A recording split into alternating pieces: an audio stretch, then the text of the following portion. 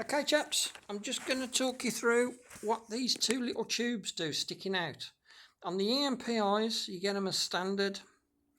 On the Weber 40s you get nothing.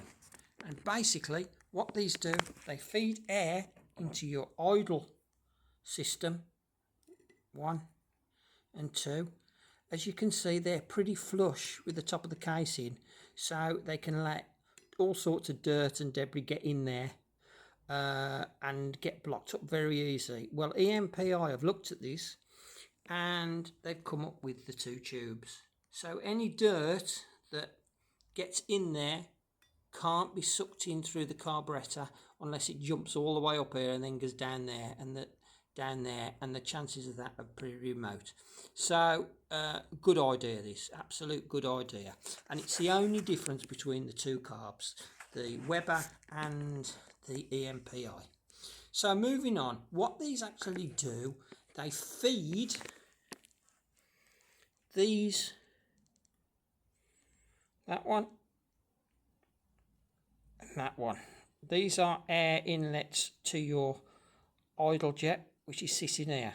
And what actually happens is the atmospheric air comes through your little tubes down onto through those two little holes, 1 and 2, and then into your main jet. Now your main jet, as you can see, let me see if I can zoom in a bit better.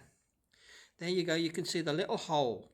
Now air, as you can see the recess, air is sucked through that, is sucked through the hole, that goes down into that hole there, and then fuel from the end of the jet there gets sucked in by the air going through that little hole, and then that goes down to the bottom of the carb and then out through the 4 little holes just by the butterfly, and that feeds your idle.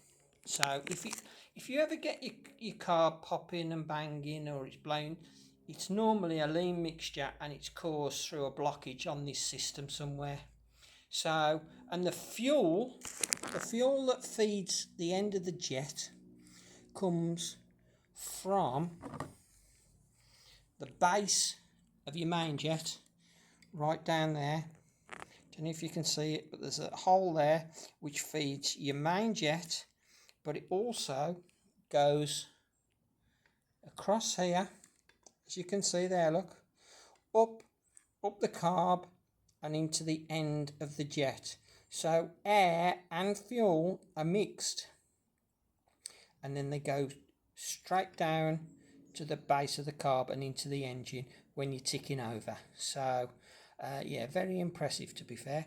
So, but a lot of people think that these holes here, it's all fuel. Well, these two little holes suck the fuel that's coming in the end and mixes it up and then down into the carb to get to run.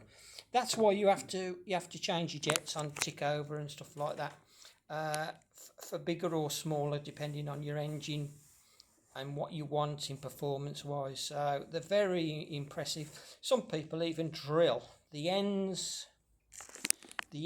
where the fuel goes in to make it slightly bigger, which will give more fuel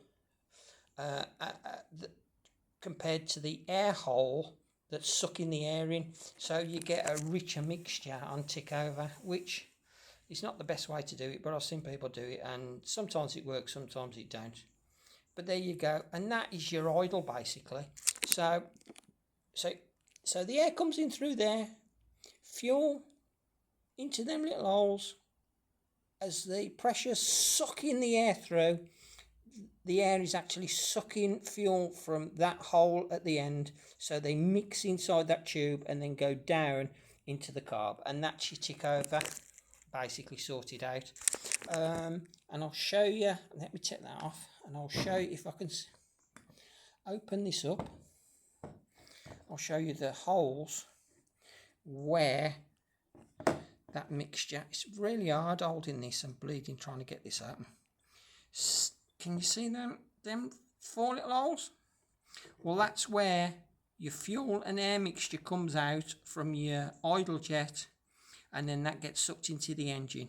And then the top one with your mixture screw, that's just to add a bit more fuel or a bit less fuel to get it all nicely running sweet. So basically that is the situation as it is, and that's how they work. So you must keep them clean. That's the first thing you need to do whenever you get any idling or popping or banging or rough running, is always check your jets, idle jets, and these two holes here are clean, and you've got air going from there through the system coming out of them 4 holes. So tip of the day. So there you go, guys. That is basically the difference between a Weber 40 and an EMPI 40 carburetor. Hope people have learned something, and if I'm wrong, please let me know.